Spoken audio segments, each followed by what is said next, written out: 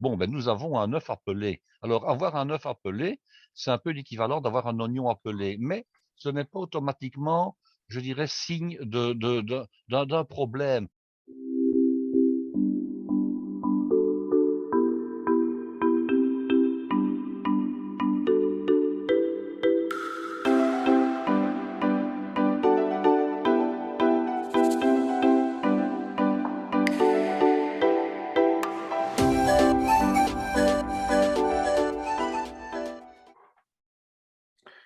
Mes amis de la fête de la gastronomie et tout le monde, bien entendu, bonjour.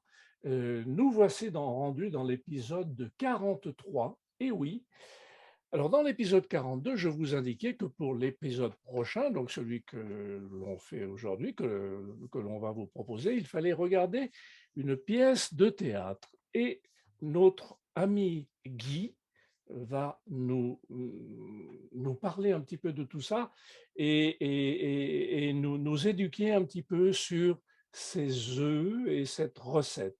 Oui, Bonsoir Guy. bonsoir, comment allez-vous? Très bien, très bien. Ben voilà, en fait, oui, hein. Donc, on avait déjà un petit peu défloré le sujet lors de la dernière Oui, émission en oui, disant que j'allais vous proposer une recette d'œufs. Alors, je vais la prononcer au mieux comme on doit la prononcer en belge, parce que, bon, évidemment, oui, il y a toujours un petit peu une question d'accent, surtout quand le nom vient de la langue flamande. oui. Alors, ça s'appelle des œufs meulemeester. Alors, meulemeester, ça veut dire en français le meunier, mais plutôt le maître du moulin, hein, parce qu'en réalité, meester, c'est un maître, hein. Oui, Et alors, oui, meulen, c'est un mot qui désigne le fait d'être meunier, le fait, c'est le moulin, en fait, hein, qui peut être oui, oui. aussi bien à vent qu'à eau. Mais enfin, bon, donc le nom, c'est les œufs meulemeester. Et alors, ces D'accord. œufs meulemeester, d'où viennent-ils? Quelle est leur origine? Voilà. Alors, quelle est leur origine? Eh bien, l'origine, c'est une pièce de théâtre qui a été créée en 1910 et qui fait vraiment, vraiment, vraiment partie, je dirais, du folklore et de la culture belge et bruxelloise en particulier.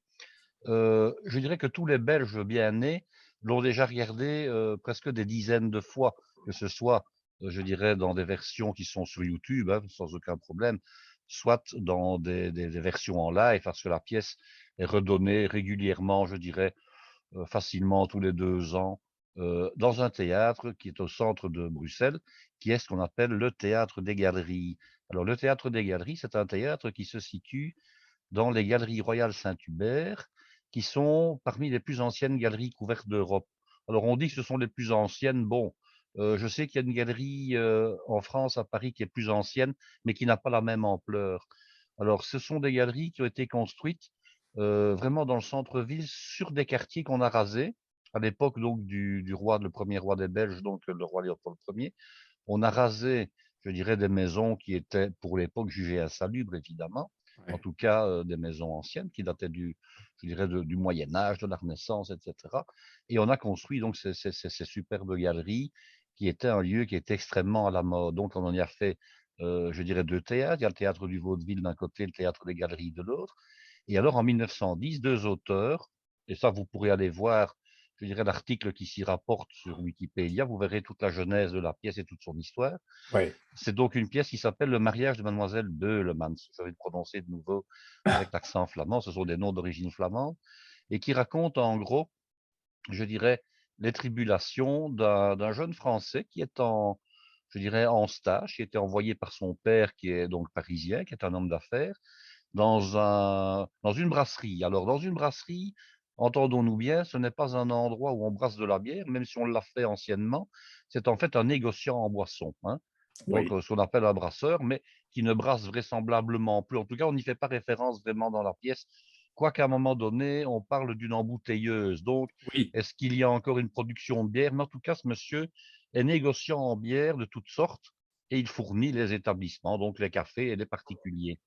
Alors, le fameux monsieur Beulemans, qui est le père de la future mariée, de la promise, a pris en grippe je dirais, son assistant, donc, qui était envoyé par son papa depuis Paris. Et c'est extrêmement savoureux parce que monsieur Beulemans est quelqu'un qui n'est pas un méchant monsieur sur le fond, mais c'est quelqu'un qui est un peu bourru, voilà, on va dire ça Oui, comme les ça. bougons. Il est bougon, voilà, mais il a le cœur sur la main. Alors, Donc il prend ce jeune homme en grippe qui pourtant lui essaye de faire, je dirais de le plus de chatmite possible pour lui être agréable, mais ça ne marche pas. On va dire ça ne marche pas. Alors il y a au cœur de l'intrigue mademoiselle Suzanne, Suzanneke pour les intimes, c'est un diminutif, Oui. qui elle est promise à Séraphin, Séraphin Meulemeister, qui est un jeune garçon, pas très intelligent, plutôt volage, et qui se révélera ne pas être le fiancé idéal. Oui. Et alors, d'où vient donc la fameuse recette des fameux œufs Meulemeister? C'est qu'à un moment donné, au peu près au milieu de la pièce, vous avez le papa de Séraphin, qui est également un homme, je dirais un homme bien mis, d'une famille qui est aisée. Il vient donc chez la promise discuter avec le papa pour arranger les modalités du mariage, hein. Et à un moment donné, avant de commencer à s'installer et discuter, donc il dit à son homologue, le papa de la jeune fille: «Bon, ben, nous avons un œuf à peler». Alors avoir un œuf à peler, c'est un peu l'équivalent d'avoir un oignon à peler, mais ce n'est pas automatiquement, je dirais, signe d'un problème. C'est simplement arranger des choses au préalable, ce n'est pas forcément agressif. Quand on dit en français: «J'ai un oignon à peler avec toi», généralement, c'est quelque chose qui est qui risque de tourner au vinaigre, comme on dit, parce que c'est parfois un petit peu sec. Ici, c'est simplement le fait de s'arranger. Alors, l'arrangement, ben, consiste à savoir, finalement, ce que la mariée va amener en dot dans le mariage, dans la corbeille, hein, et qui va payer les frais du mariage. Oui, Bon, c'est une discussion c'est une entre les 2, discussion. quoi, hein. Alors, la pièce est extrêmement cocasse, elle se termine bien, je rassure tout le monde, mais le tout, c'est d'aller la voir. Alors, il y a 2 versions, hein. Il y a une version en couleur. Bon, ce sont des pièces qui ont déjà de l'âge. Bon, à l'origine, la pièce a été créée en 1910, mais évidemment, les versions qui ont été enregistrées pour la télévision ne datent pas de cette époque-là, vous l'avez bien compris. On en a même tiré un film, vous verrez, c'est dans les années Ah! 30. Mais donc il y a une version en couleur, ce qui est souvent la pièce qu'on considère comme étant la pièce de référence, l'enregistrement de référence avec des comédiens qui malheureusement sont décédés. Il y a le fameux monsieur Beulemans qui était le rôle tenu par Jacques Lippe, qui était un comédien exceptionnel, qui était vraiment dans la peau du personnage, hein. C'était vraiment Oui. le monsieur qui correspondait. Et alors, il y a une autre pièce dont je vous parlais de la pièce de 1900, que je suis en train de regarder en même temps, mais j'ai une fenêtre qui me bouffe la vue, donc je dois dégager. Donc, vous avez une version qui date de 1967, qui est la version noir et blanc. C'est la plus ancienne. Elle est plus facile à comprendre. Mais alors, vous D'accord. avez une autre version qui est une version plus récente et qui date de 1978. Alors, il faut reconnaître que le rôle, ça c'est assez, je dirais, assez exceptionnel. Le rôle du papa est toujours tenu par le même personnage. Donc, dans Ah la oui. pièce de 67 et de 78, donc de 78, c'est le même acteur. Par contre, la jeune fille qui joue le rôle de mademoiselle Suzanne dans la pièce la plus ancienne de 67, interprète le rôle de la maman dans la pièce qui aura lieu 11 ans plus tard. Voilà. Ah oui, ah Hein, oui, ah oui. donc voilà, ça c'est un petit peu pour la petite histoire. Mais Ouais. pour ceux qui veulent écouter les 2 versions, il y en a une qui est un peu plus facile à comprendre parce que l'accent bruxellois est peut-être un petit peu moins prononcé et surtout l'enregistrement est meilleur. C'est la pièce la D'accord. plus ancienne, mais elle est en noir et blanc. Donc D'accord, d'accord. je conseille à nos auditeurs qui veulent, je dirais, entrer un peu dans la culture bruxelloise, d'écouter l'une des 2 versions. A priori, la version la plus récente, mais chacun fait un petit peu ce qu'il veut. Oui, je remettrai Voilà, les liens les des coordonnées, les liens. pièces. Oui, oui, absolument. Maintenant, il y a de temps en temps un mot, je dirais d'origine flamande, qui fait partie du folklore bruxellois, mais ça n'empêche pas de comprendre la pièce.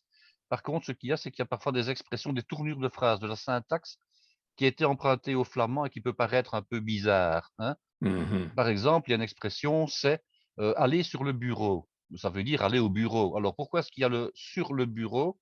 Parce que l'expression néerlandaise, c'est op kantoor, ce qui veut dire sur le bureau.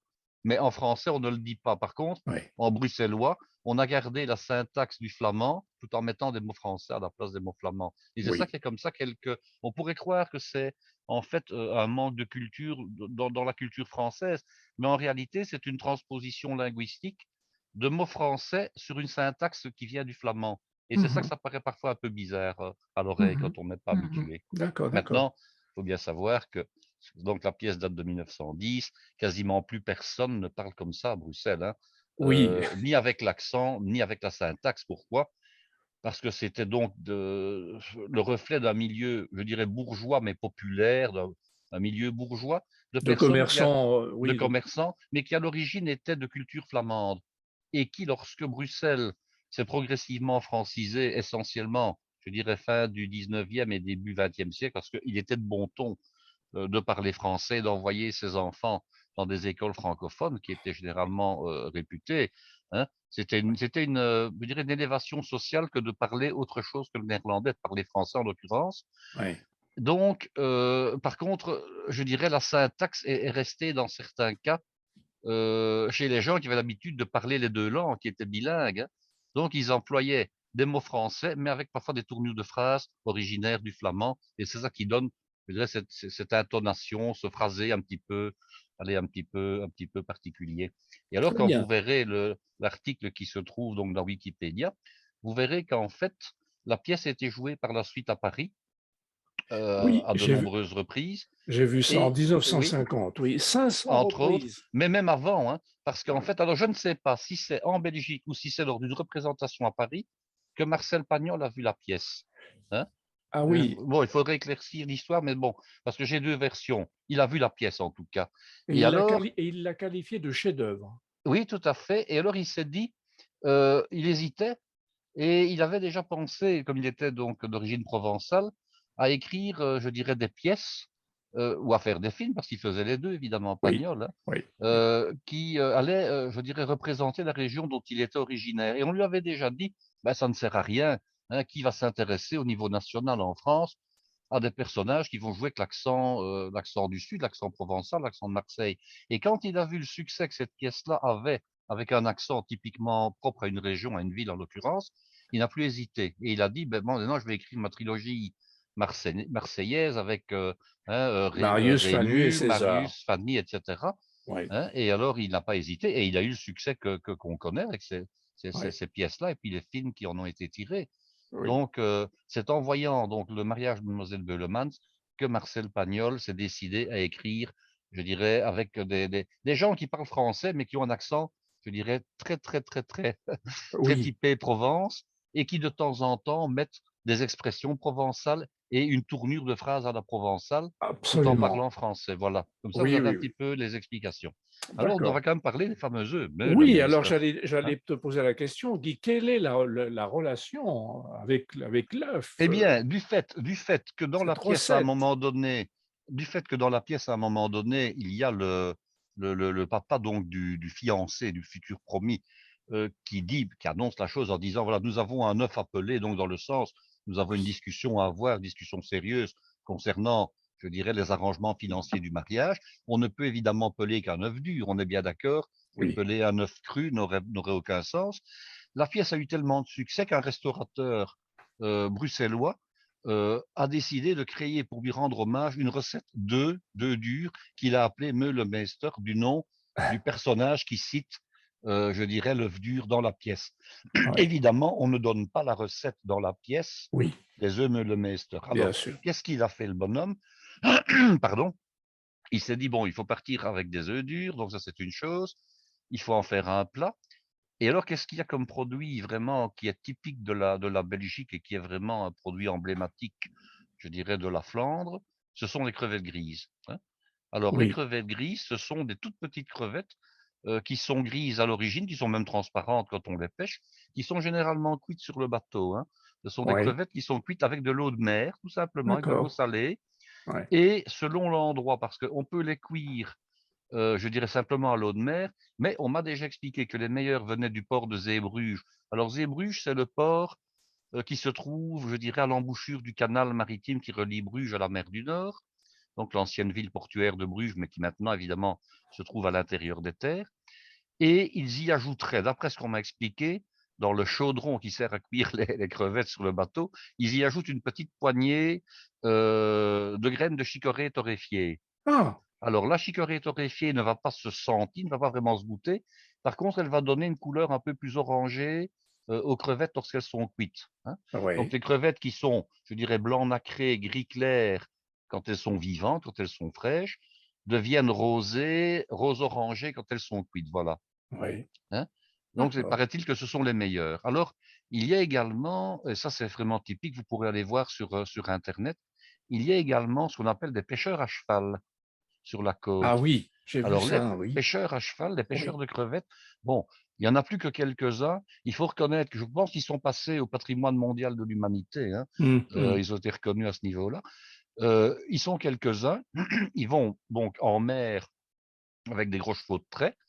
Ils ont des espèces de petits filets et alors ils ramassent donc, dans l'eau, à peu près 1 mètre de profondeur d'eau, ils ramassent les crevettes qui se laissent attraper au filet et puis ils les cuisent évidemment sur la plage, pardon, ou bien quand ils sont rentrés donc, à la ferme Ouais. et elles sont vendues. Maintenant, la pêche à la crevette et la pêche comme ça à cheval était autrefois populaire sur tout le littoral atlantique, y compris en France, y compris sur les côtes, je dirais, de la Manche, y compris sur les côtes de l'Atlantique. Et puis, ça s'est perdu parce que ce n'est évidemment pas très rentable, hein. Faut Oui, reconnaître que c'est quand même beaucoup plus rentable d'aller avec un bateau en pleine mer et un chalutier et de lâcher les filets, de bien ramasser sûr. tout ce qui se Oui, passe.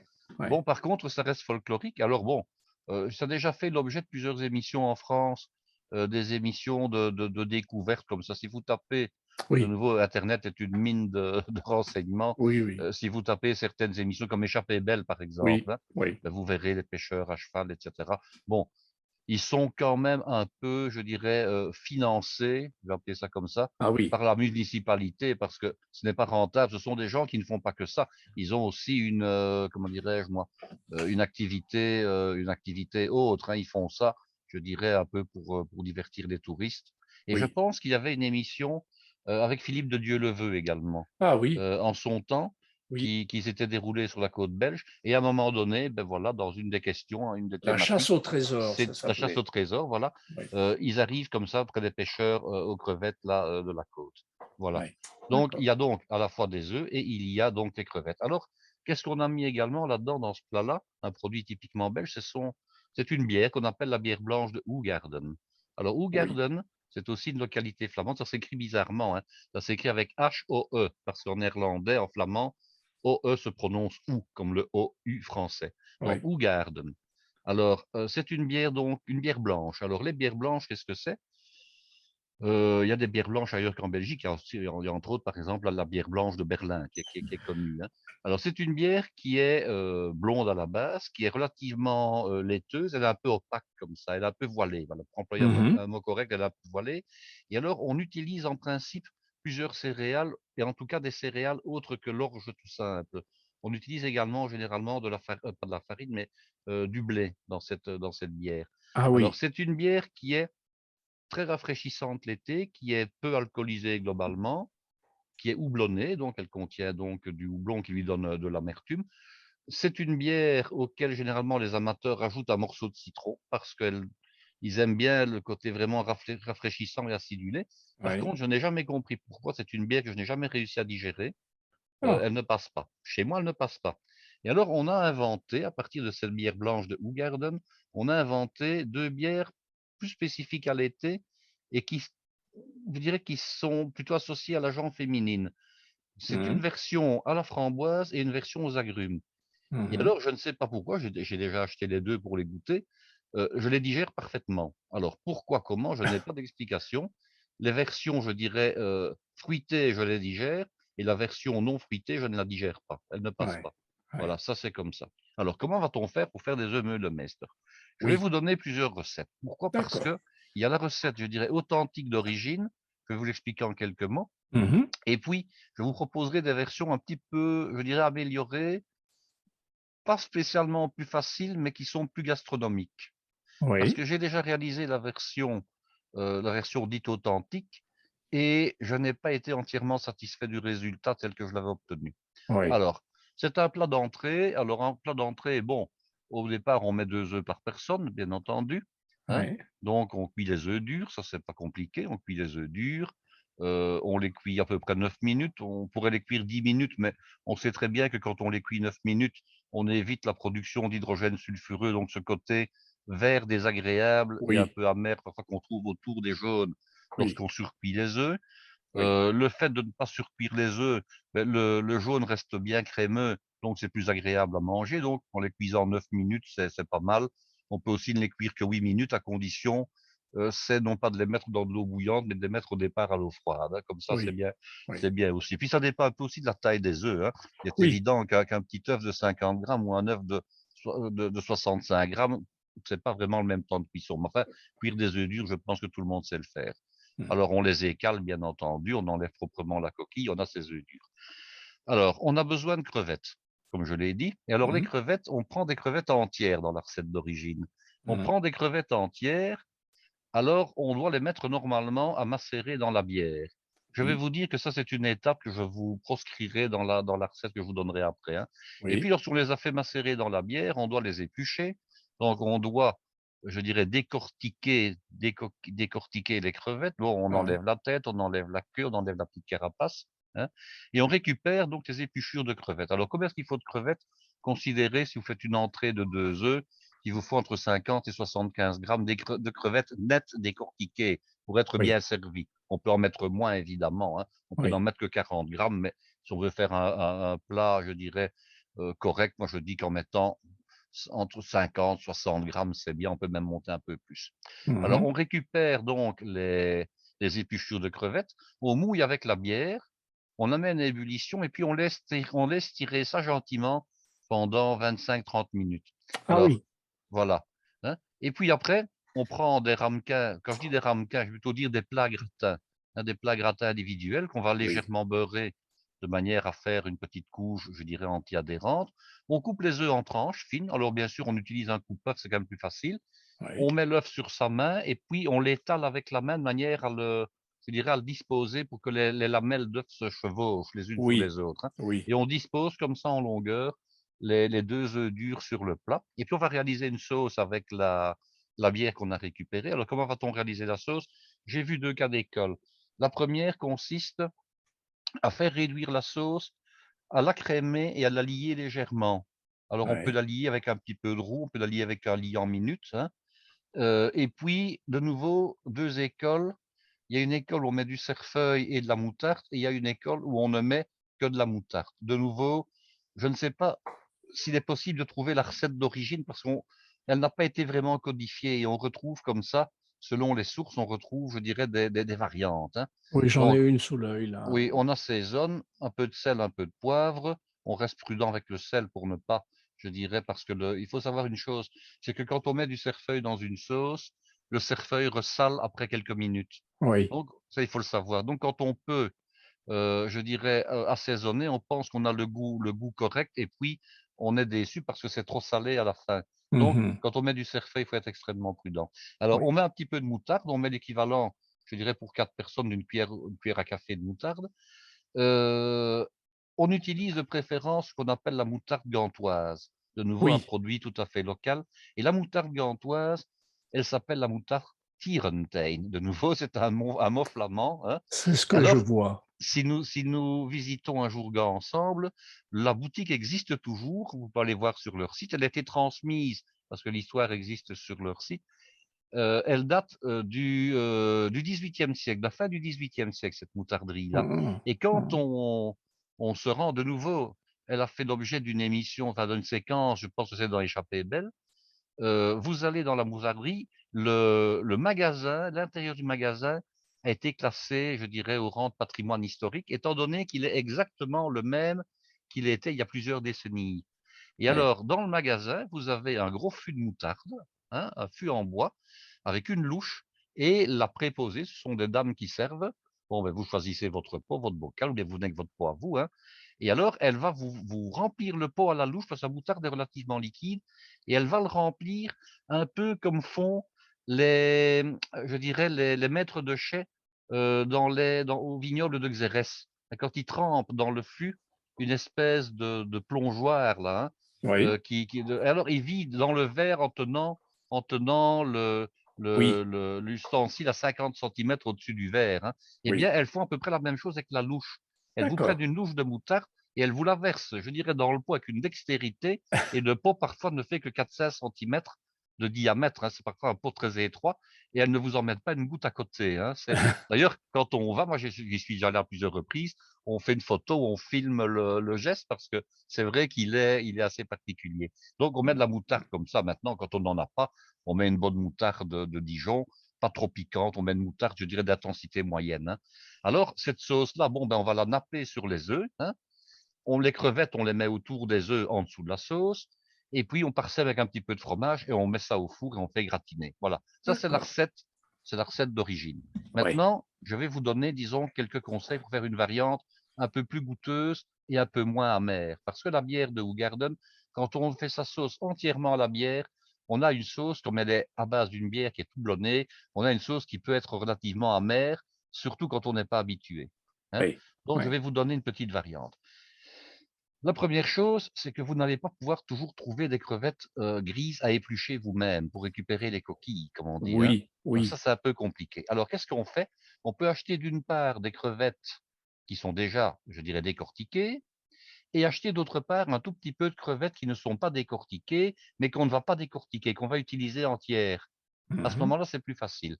Donc, vous achetez un peu de crevettes, je dirais, décortiquées que vous mettrez autour de vos œufs et vous achetez, je dirais l'équivalent de, allez, on va dire pour 4 personnes, l'équivalent d'une centaine de crevettes entières. J'insiste bien, des crevettes grises, pas des crevettes roses qui n'ont pas de goût, hein. Oui, oui, oui. Alors, vous prenez une belle feuille de céleri, vous prenez une échalote et vous prenez un champignon. Vous allez mincer tout ça.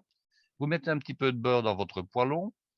Quand le beurre est fondu, vous ajoutez vos crevettes, hein, des crevettes entières, et vous ajoutez les aromates que je viens de dire. Vous pourriez Mhm. même mettre un petit fragment, mais quand je dis un fragment, c'est un cinquième, un sixième de feuilles de laurier et Mhm. l'équivalent d'un centimètre maximum, hein, de branches de thym. Voilà. D'accord. Et vous mouillez avec à la fois de la bière et de l'eau. Vous faites un moitié-moitié. Comme ça, Tu vous prends, aurez tu quand prends la même. même, tu prends la même bière, Je Guy? prends la même bière, mais seulement je ne mets pas un mouillement pur à la bière. D'accord. Vous mettez à ce moment-là moitié-moitié, D'accord. moitié eau et moitié bière. Vous Oui. aurez encore l'exotisme de la bière, mais sans en avoir son côté, je dirais, par trop agressif pour ceux qui ne sont pas habitués. Oui. Vous amenez à ébullition et puis vous laissez tirer gentiment pendant 15 minutes, 20 minutes maximum. Et puis après, vous passez un tout petit coup de mixeur plongeur dedans pour bien mixer, je dirais, l'ensemble, et vous passez au chinois fin de manière à récupérer le jus, hein. En fait, vous Mhm. avez réalisé un fumet de crevettes en réalité, hein. Oui. Oui. Voilà, vous avez réalisé un fumet de crevettes. Voilà, tout simplement. Mhm. Alors, lorsque vous avez ce fumet de crevettes-là, qu'est-ce que vous pouvez en faire? Il y a deux versions. Soit vous partez comme tout à l'heure sur une sauce crémée, donc vous ajoutez un petit peu de crème, vous liez et puis vous terminez la sauce comme précédemment, hein, tout simplement. Ou bien vous faites un sabayon. Donc, Mhm. en fait, vous faites une sauce mousseline. Donc, qu'est-ce que vous faites? Pour 4 personnes, vous reprenez de nouveau 2 jaunes d'œufs cette fois-là, et vous utilisez une partie de ce jus que vous pouvez éventuellement faire réduire un petit peu après l'avoir passé au chinois, et vous montez un sabayon comme vous l'auriez fait pour faire un sabayon au vin blanc, par exemple, hein. Oui. Oui. À ce moment-là, vous faites un sabayon, et vous pouvez soit le crémer un petit peu, soit ajouter un peu de beurre fondu pour, disons, l'enrichir. On ne fait Oui. pas véritablement une sauce mousseline, hein. On fait un sabayon qu'on peut soit beurrer, soit crémer.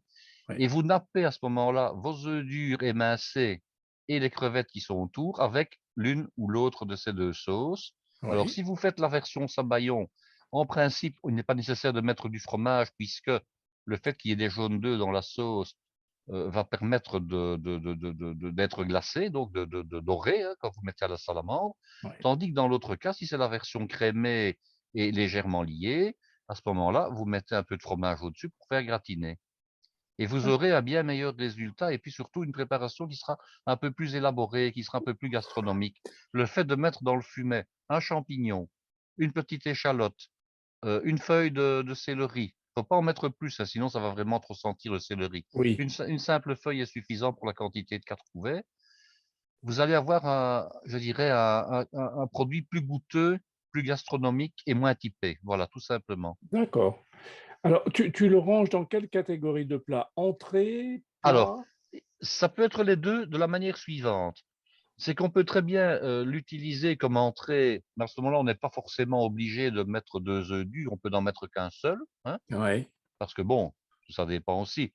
Si c'était dans un restaurant, je dirais: «Est-ce que c'est une entrée dans le cadre d'un menu ou est-ce que c'est ce qu'on appelle une entrée à la grande carte?» hein. Oui. C'est Oui. évident qu'un plat à la carte coûte plus cher, mais généralement, il est plus copieux. Bon, Oui. et alors, par contre, on peut très bien alors c'est une entrée, mais on peut aussi se servir de ce plat-là comme repas de soir, hein, par exemple. Oui. En principe, on mange un petit peu moins lourd le soir. Oui. Donc oui, dans le cadre d'un repas du soir, vous mangez ça avec, un bon pain beurré, un bon pain de campagne, un pain d'épeautre, hein, de la baguette aussi évidemment, hein. oui, Et puis après vous faites une petite salade, une salade mixte après, pour compléter. Vous avez à la fois des protéines, vous avez de la matière grasse et puis vous avez la salade après qui vous apporte les légumes. Donc ça peut être un plat, disons d'un repas de soir. Ça ne peut pas être par contre un repas du type repas de midi. Bon, il oui, n'est pas question non plus, parce que ça n'aurait pas beaucoup de sens d'un point de vue gastronomique, de dire: «Je vais manger ça avec des pommes de terre ou avec des frites», hein, oui, ça ne se fera pas, hein, on est d'accord? C'est un plat, disons, d'entrée ou un plat de repas du soir, qu'on mange avec du pain, bien entendu. d'accord. Ah bah, voilà une belle recette, une utilisation des œufs, à la mode bruxelloise. À la mode, oui, c'est honnêtement, c'est un plat qu'on ne retrouve pas facilement à la carte des restaurants, hein. Oui, J'ai déjà regardé un petit peu dans les restaurants de type, brasserie et cetera, les le Meester. Bon, ils ont été servis à une époque, mais je ne les ai pas vus, récemment dans aucune carte actuelle. Maintenant, oui, bon, ils peuvent très bien avoir été aller et venir, hein, être remis de temps en temps, être oui, retirés. oui, oui. Oui, mais les choses, changent parfois et ça revient, bon, c'est pas une recette qui demande énormément de Non, travail.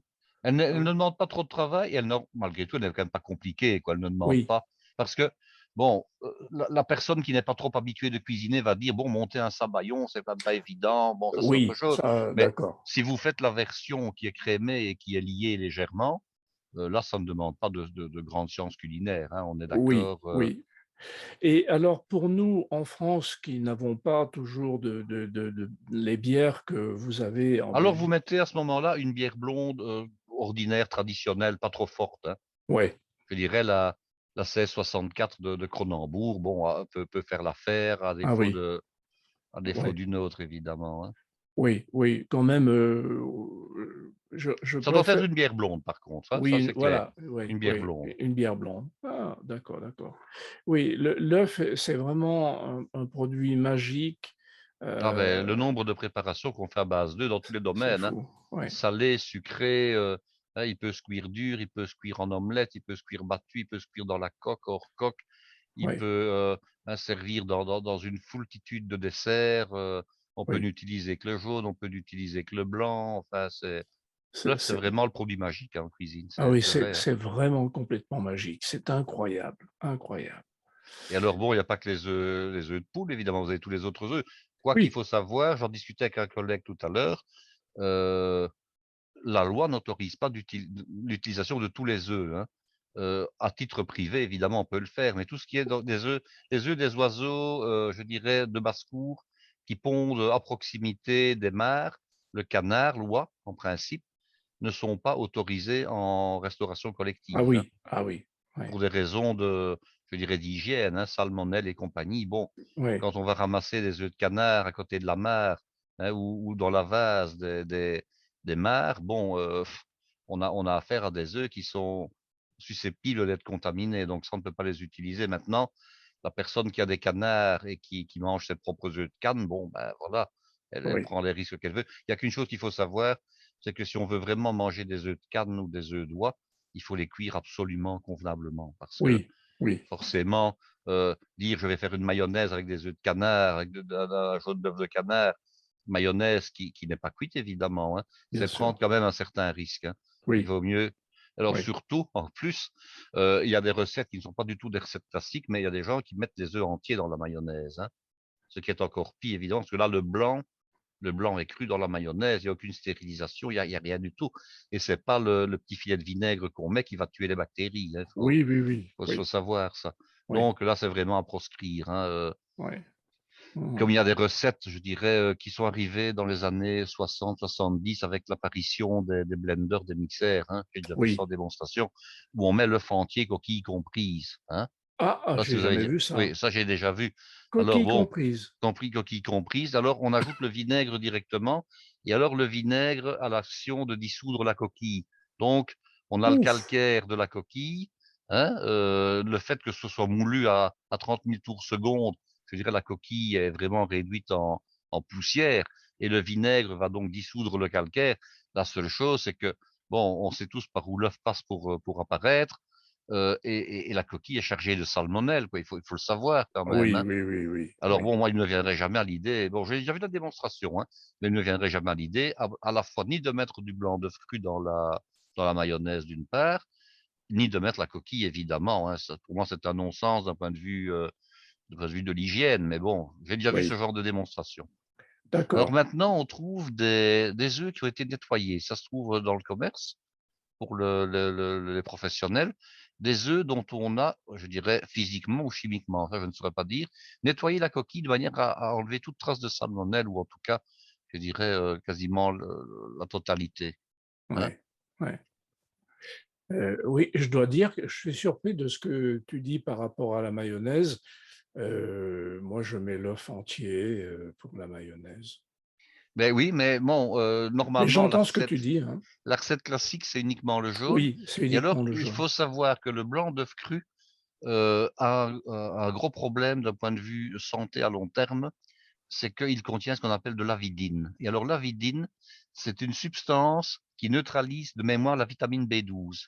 Ah oui, Et alors ça veut dire que les personnes qui mangent des œufs crus tous les jours ont une carence en vitamine B12. C'est une vitamine quand même importante au niveau, je pense que c'était une vitamine intéressante au niveau du fonctionnement cérébral des neurones et des nerfs, oui, oui, oui. hein. Et alors manger régulièrement du blanc d'œuf cru n'est pas indiqué. Bon, une fois de temps en temps, ça peut s'expliquer. Oui, oui, Et on mange pas une mayonnaise tous les jours, hein. non, mais je vais dire aussi, par exemple, dans des préparations genre tiramisu et compagnie, hein. Oui, Donc, quand je vois des recettes où on incorpore des blancs d'œufs crus qui ne seront pas cuits ultérieurement, j'essaie toujours de transformer ma recette d'une manière ou d'une autre et de faire une meringue italienne à la place, par exemple, hein. oui, Donc, au lieu de mettre les blancs d'œufs crus en ayant mélangé le sucre avec un autre produit, j'essaie de soustraire le sucre techniquement je dirais de la recette, et d'en faire une meringue italienne pour que les blancs d'œufs aient été cuits.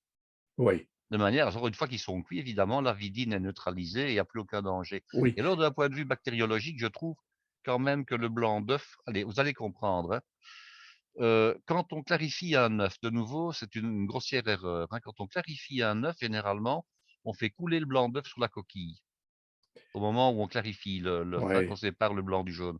Et oui. vous avez la coquille qui est chargée de salmonelle. Ben oui, oui, Alors, la oui. coquille, elle est chargée de salmonelle qui sont sous une forme sèche, OK? Mmh. Parce que l'œuf, il est sec extérieurement quand on le Mmh prend, hein. mh. Mmh Bon. mh. Mmh mh. Mais le fait que le blanc d'œuf contienne 90% d'eau, qu'est-ce qui se passe? Il va emporter avec lui une partie des bactéries qui se trouvent sur la coquille, et Mmh. il va, je dirais, les remettre dans un milieu favorable à leur prolifération. Mmh. Mmh. La bonne manière de clarifier un œuf, c'est de le casser. Alors, j'ai déjà vu des bêtises, même parfois par les plus grands chefs sur internet, hein. La meilleure manière de clarifier un œuf, c'est d'acheter un clarificateur, c'est pas compliqué, c'est un petit ustensile dans lequel on casse ses œufs, et alors le blanc s'écoule par des fentes, hein, vers l'extérieur, et le jaune reste dans l'ustensile. Alors vous allez me dire: «Oui, mais bon, quand on a, professionnellement 30-40 œufs à clarifier, ça prend du temps», effectivement. Et c'est la raison pour laquelle au niveau gouvernemental, je crois que ce n'est pas encore passé en France, mais on en avait parlé, c'était l'obligation pour les professionnels d'acheter des jaunes d'œufs et des blancs d'œufs, je dirais, stérilisés, hein, donc des blancs d'œufs, Ah des litres mais de pour blancs d'œufs même en pour France, des ça se litres de fait, jaunes hein? d'œufs. Oui, oui, tout à fait, c'est en France que ça, oui, on Oui. les trouve bien sûr partout, mais je veux dire que l'obligation, à ma connaissance, n'était pas encore passée. Mmh. Mais par contre, là, bon, vous réduisez, du fait qu'il y a eu stérilisation et des blancs et des jaunes, Ouais. vous réduisez évidemment le problème qui a lieu lors du cassage de l'œuf quand vous le faites vous-même, Mmh hein. mh. Mmh mh. Mmh mh. Mais par contre, quand on casse son œuf proprement, c'est-à-dire qu'on le casse non pas sur le bord d'un récipient, mais sur une surface plane, Oui, en le tapant une seule fois, en le séparant et en le mettant directement dans le clarificateur, vous ne faites pas, je dirais, communiquer ensemble le oui, blanc d'œuf avec la coquille de l'œuf. Et là, oui, vous réduisez quand même très fortement les risques de contamination, oui, évidemment, hein. oui, oui, oui, oui, on peut prendre un écumoire Oui, et ça marche à l'écumoire également, oui, hein. oui, oui, moi je fais avec À l'écumoire. l'écumoire ou avec une araignée, hein, qui est Oui, donc, oui, oui, le oui, oui, tout ça à marche fait. encore mieux à l'araignée évidemment, hein, Oui, avec, c'est encore mieux à l'araignée, oui. l'écumoire à fil, quoi, hein, ça marche Oui, encore mieux oui, évidemment, hein. oui, oui. Mmh Alors mh. question maintenant, qu'est-ce qu'on peut boire avec un œuf Meulemeister? Alors Ça, c'est la bonne voilà, question. je n'osais pas te poser la question parce que je dis, bah, il va me dire la bière. Forcément, la boisson qui va être indiquée, c'est la bière. Mais maintenant, c'est une préparation qui s'accommodera très, très bien avec du vin blanc, ça va de soi, hein. Oui, c'est ce que je Heu pensais aussi. et je vais même vous dire, un vin blanc un peu acidulé. Donc tout ce qui est vin blanc de la façade atlantique, hein, Oui, dans les vins de Loire, par exemple. oui, Éventuellement un vin blanc sec de Bordeaux, ça va marcher, oui, oui, sans oui, aucun problème. absolument. Oui, oui. Oui, je serais plus vin blanc, à moins d'avoir. Bon, la bière fait pas vraiment partie forcément de nos goûts, bon, mais ouais, moi je serais plus vin blanc que bière, mais je vais bien essayer cette recette avec de la bière. Oui, mais alors, il faut Blanc. prendre de préférence la deuxième version, la Oui, la version où deuxième on fait un version petit que tu as fumet donnée. Oui, avec, absolument. avec des crevettes grises, non D'accord. décortiquées. Et Ouais, alors ouais. bon, on ne se casse pas la tête à devoir éplucher les crevettes. Maintenant, on peut le faire par plaisir, hein. C'est éplucher les crevettes, récupérer les coquilles, les carapaces et faire son fumet avec évidemment. Oui, oui, moi c'est ce que je fais habituellement. Mais je ne Je- sais pas si on trouve facilement en France, du moins oui, sur les côtes évidemment, mais en Savoie, je ne sais pas si on trouve facilement des crevettes grises, non Oui, alors, décortiquées. oui, alors décortiquer.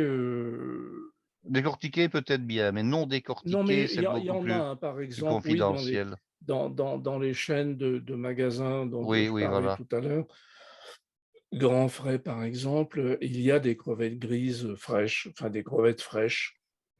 Alors, Mais elles ça ne viennent. marche cette recette-là ne donnera je dirais son véritable esprit qu'avec des crevettes grises et non pas avec des crevettes roses, attention, Oui, hein. j'entends bien. Oui, Parce que oui, non, des mais là, crevettes roses, type crevettes bouquet, ça n'a aucune bah oui, comparaison, ça je n'a dirais aucun goût. gustative, Oui, ni oui, quoi que ce soit, hein. oui, oui, absolument, Et alors bon, absolument. pour nos auditeurs qui auraient envie d'aller sur internet fureter, donc je les mets en garde en disant: «Attention, il y a des recettes de Meulemeister qui racontent n'importe quoi». Je vous dis, il y en a une où on met de la langoustine, bon déjà ça n'a aucun sens, hein. On met du chorizo et des poivres des dés de poivrons rouges. Bon, Oui. heu, c'est comme si on décidait que la seule bonne femme, on ne met plus de champignons et échalotes, hein, et on met, je dirais des ananas, des abricots et des cacahuètes, quoi. Bon, ça n'a plus de sens, quoi. Oui, oui, Voilà. oui, oui, oui, oui, très bien. Ah bah, écoute Guy, merci beaucoup pour ces recettes sur ces œufs, les Et alors, œufs. ce qu'on fera dans quelque temps, dans quelques émissions, nous parlerons de la gueuse. Ah oui. Ah oui, alors la gueuse, bon, je vais comme un petit peu déflorer le sujet parce que vous aurez une pièce également à regarder, en fait. La gueuse, c'est vraiment la bière typiquement bruxelloise, euh, qui ne se fait normalement que dans la vallée de la Seine. Alors la Ah, Seine qui s'écrit non pas S-E-I-N-E oui, comme la Seine qui passe à Paris, la Seine qui s'écrit S-E-2-N-E, c'est la ouais, rivière qui traverse Bruxelles et qui vient du sud et qui va se jeter plus loin dans le enfin, qui est une rivière du bassin d'Escaut, qui va se jeter dans la Dyle, hein, qui est une autre rivière qui, elle, passe par Louvain, mais Louvain l'ancienne, donc Leuven en néerlandais. Et alors, cette fameuse Seine, bon, c'est évidemment, ce n'est pas un fleuve, c'est une rivière, hein, c'est une petite rivière qui, au ouais, Moyen Âge, était navigable, qui évidemment ne l'est plus, qui a été voûtée, hein, donc elle passe sous Bruxelles maintenant, parce qu'évidemment, à oui, une époque, elle transmettait toute une série de maladies, dont le choléra, le typhus et compagnie. oui, Quand elle oui, inondait les bas quartiers de la ville, c'était un fléau. Donc, à l'époque du roi Léopold II, on a décidé du voûtement de la Seine, ce qui est un peu dommage parce qu'il existe encore des tableaux qui représente la Seine dans son passage à Bruxelles, c'était particulièrement joli, hein. Ça ouais, ressemblait à certains égards à la ville, à Annecy. Vous voyez, oui, des bâtiments anciens avec une petite rivière comme ça. La mmh, différence, c'est que la Seine n'était pas très propre, évidemment, ouais, parce qu'on y jetait ça servait finalement d'égout à ciel ouvert, hein, donc voilà. ouais, ouais, Bref, ouais, donc tout ça pour dire que la Seine permettait, il y avait sur les bords de la Seine toute une série de brasseries et que normalement, la levure spécifique, parce que la gueuse est une bière qu'on appelle la fermentation spontanée. Donc on ne doit pas, comment dirais-je, on ne doit pas l'ensemencer. L'ensemencement se fait par l'air et les bactéries qui se trouvent dans l'air, hein, les levures qui se trouvent dans l'air. ouais, Et on s'est rendu compte que c'était uniquement dans le bassin de la Seine, donc dans les environs de Bruxelles, que cette bière était réalisable dans de bonnes conditions. Voilà. oui, oui. Alors, les mauvaises langues, parce qu'en fait, il y a un musée de la bière à Bruxelles, un musée de la Gueuse, dans la brasserie Cantillon. Euh, Quand on visite la brasserie, on se rend compte que les bacs dans lesquels on fait refroidir le mou, je ne sais pas, évidemment, si vous connaissez comment on fabrique de la bière, hein, au départ, on mélange, je dirais, de l'orge qu'on appelle du malt parce qu'il a été germé, qu'il a été Oui. ensuite plus ou moins torréfié. On mélange donc du malt qui est donc à base d'orge, mais on mélange également, dans le cas de la bière qu'on appelle la gueuse, on mélange également du froment, hein. Et Oui. alors, on fait ce qu'on appelle un mou, comme pour le mou de raisin. Donc, on Avec mélange de ça avec de l'eau. l'eau, Oui. on amène à ébullition, on met éventuellement des épices, on met éventuellement du houblon, mais en général, on met du houblon, hein. Et puis, après un certain temps de cuisson, lorsque les sucres du malt sont passés donc dans le jus, dans le liquide, hein, on calcule évidemment le degré alcoolique, etc., comme pour un vin, évidemment, hein. On Mm. fait refroidir tout ça et on met ça dans des grands bacs, dans des grands bacs très plats en cuivre qui se trouvent dans les greniers de la Mhm. brasserie, à Mhm. l'origine évidemment, hein. Oui. Et alors les mauvaises langues racontent, bon, les bonnes langues, elles disent tout simplement que c'est l'air qui est chargé en levures spécifiques à la région de Bruxelles qui vont ensemencer le mou et lui permettre de faire une fermentation qu'on va appeler spontanée, hein, et qui se Mhm. passe après dans des cuves en bois, dans des tonneaux, dans des foudres. Mais les mauvaises langues disent que ce sont les pigeons qui entrent dans les greniers, hein, et qui, en voltant au-dessus de la bière, laissent des traces personnelles et que ce sont, bon, je dirais, aussi bien des plumes qu'autre chose et que ce sont évidemment, je dirais, les plumes des pigeons et autres ingrédients qui ensemencent la bière et qui lui permettent de fermenter spontanément. Voilà. Oui, Hein, bon. donc, il y a un petit peu à boire et à manger, si je puis employer l'expression. Oui. Donc voilà, la gueuse. Et alors, je vais vous donner ici les références d'une autre pièce, de nouveau du folklore bruxellois, parce que quand on évoque l'une, on doit évoquer l'autre, hein. Vous aviez le mariage de Mademoiselle Beulemans pour les Œilleux de Meister. Et pour la gueuse, il y a une scène qui est vraiment typique, parce qu'elle se déroule en partie, je dis bien, dans un café, où vous avez une vieille dame qui boit, je dirais, une gueuse, mais alors là, cul sec, hein, comme on dit, c'est vraiment le demi-litre de gueuse, mais elle le boit d'une traite. Et alors, c'est la raison pour laquelle, dans cette pièce, qui date à peu près de la même époque, hein, c'est une pièce qui date aussi d'avant la guerre de 40-45. Euh, cette vieille dame, donc, dont le rôle est tenu en fait par un homme, parce que une vieille dame, une vraie vieille dame de 70 ou 80 ans, avait été jugée incapable de boire sur scène un demi-litre de bière sans s'arrêter. Donc c'est un homme qui tient le rôle, sinon c'était quasiment injouable. Non, mais ça veut dire que le gars, tous les soirs, il se boit son demi-litre Il se de... boit son demi-litre, son grand verre de gueuse sur scène, évidemment.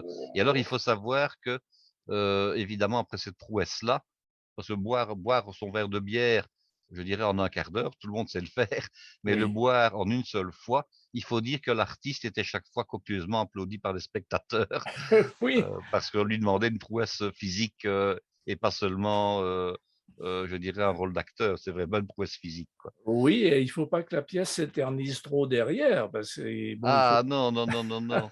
Alors la pièce, vous verrez, hein, il s'agit de Bosmans et Coppenol. Alors, Bosmans et Coppenol, c'est aussi très très savoureux. C'est aussi en français, disons bruxellois. La version qui est sur Internet est géniale. C'est une version noir et blanc, par contre, avec des acteurs remarquables qui sont quasiment tous décédés parce que la pièce a déjà, je pense que l'enregistrement doit avoir au moins 50 ans. Mmh. Tous les comédiens sont décédés. Et alors, il y a une dame qui est Anne Carprio, qui joue un peu le rôle, je dirais, de la femme un peu mégère, comme ça, hein. C'était une dame qui n'était pas du tout ni flamande ni bruxelloise, elle était originaire de Wallonie, et elle joue avec l'accent bruxellois, bien entendu. Et c'était la présidente comment on appellerait ça en France, le club des artistes ou bien je dirais une confédération d'acteurs en fait. Oui, Elle a oui. été la secrétaire de l'Union des artistes, on va dire ça comme D'accord, ça. d'accord, Et alors oui. elle a été un petit peu comme Sylvia Shelton, elle était professeure de théâtre également à un Ah moment oui, donné. C'est oui. c'est vraiment ce qu'on appelle une grande actrice. Quand on va voir sa fiche technique sur Wikipédia, on se rend compte, elle a tourné très peu de films, hein, une dizaine de films. Par contre, elle a joué dans énormément de pièces. Et alors, elle a joué entre autres, ben, un rôle très, très secondaire, hein. Elle a joué entre autres dans un film qui était tourné en Belgique avec, Gérard Depardieu et je cherche une grande actrice France, Catherine Deneuve, voilà, Ah oui, hein. oui. Donc, parce que beaucoup de films, on ne s'en rend pas compte, mais beaucoup de films français ont été tournés en Belgique pour Mmh. des raisons financières, en fait. Oui, oui. C'est que les équipes techniques coûtent beaucoup moins cher en Belgique qu'en France. Mmh. Et alors, bon, ben, ils sont malins, hein. Ils tournent en Belgique, ils font croire que le film se déroule dans le nord de la France et puis ils changent les plaques des voitures dans les rues et on croit que c'est en France, alors que c'est tourné en Belgique tout simplement. Ah Oui. oui, ça existe aussi. Ah oui, bon. Bon, eh ben, très bien. Alors ça sera une fois d'après parce que la prochaine fois, Guy, pour nos amis auditeurs, Oui, on parle des asperges, on va parler des asperges, voilà. Et hein? alors je vais en profiter pour vous donner, 2 recettes. Je vais déjà déflorer un petit peu le sujet, de manière à contenter un peu tout le monde. Il y aura les fameuses asperges à la flamande et il y aura les asperges à la parisienne.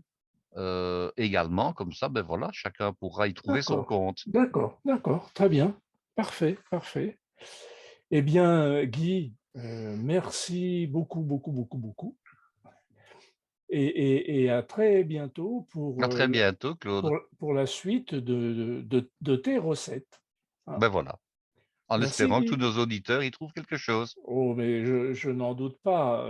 D'ailleurs, chers amis auditeurs, dites-nous, faites-nous vos remarques, dites-nous si vous avez si vous avez fait les recettes, comment ça s'est passé, voilà, hein. Voilà, Merci beaucoup, à très bientôt. à bientôt.